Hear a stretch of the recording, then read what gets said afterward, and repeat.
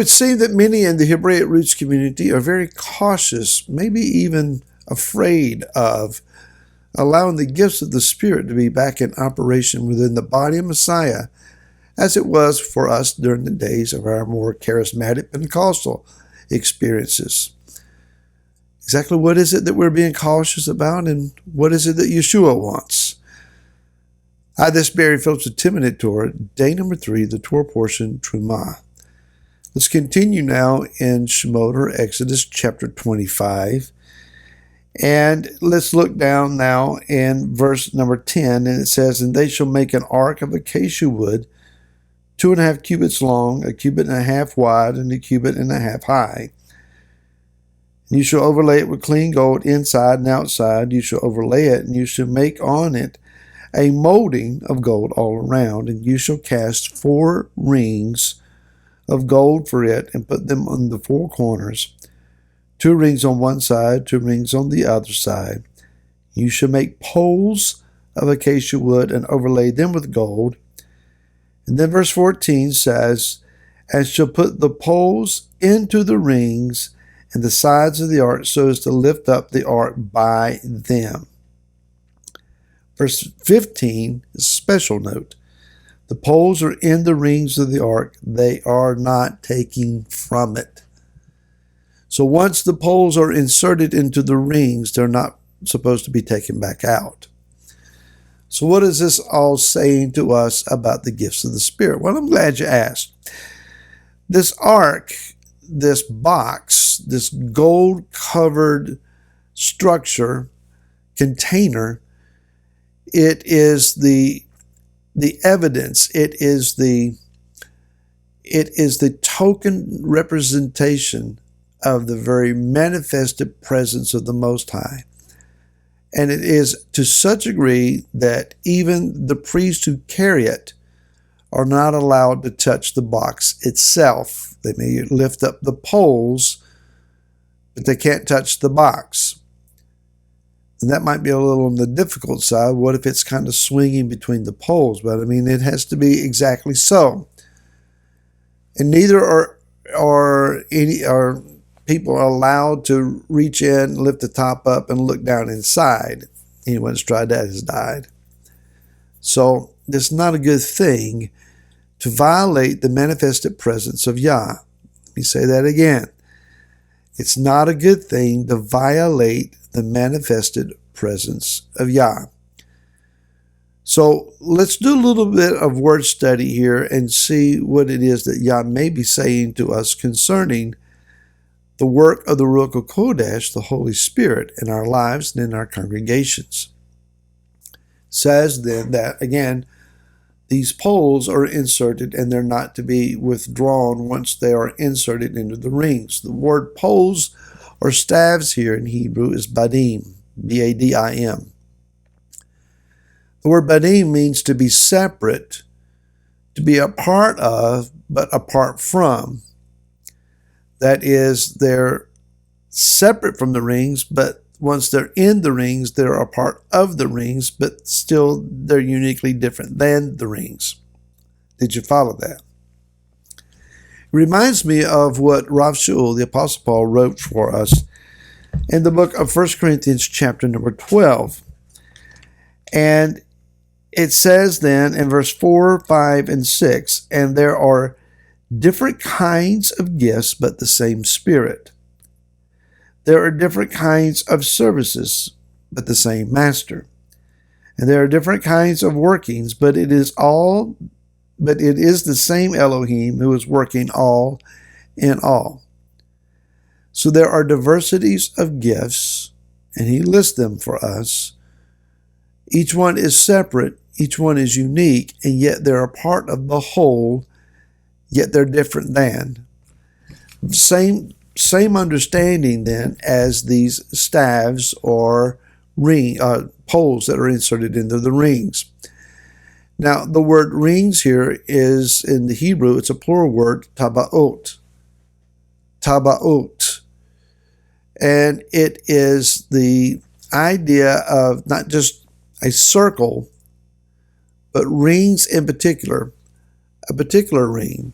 It is a signet ring. It is a ring with one's seal of authority established on it.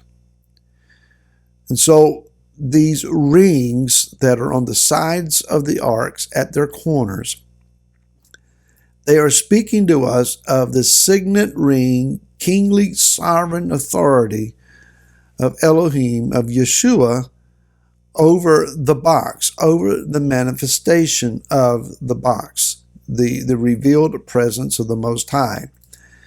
So we might understand then that if the poles represent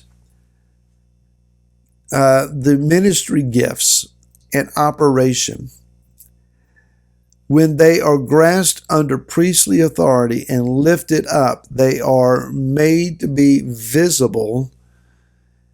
Then through the kingly authority of the sovereign Yeshua, the manifested presence of Yah begins to be moved into our midst, gives us guidance, gives us protection, gives us an understanding of His wonder.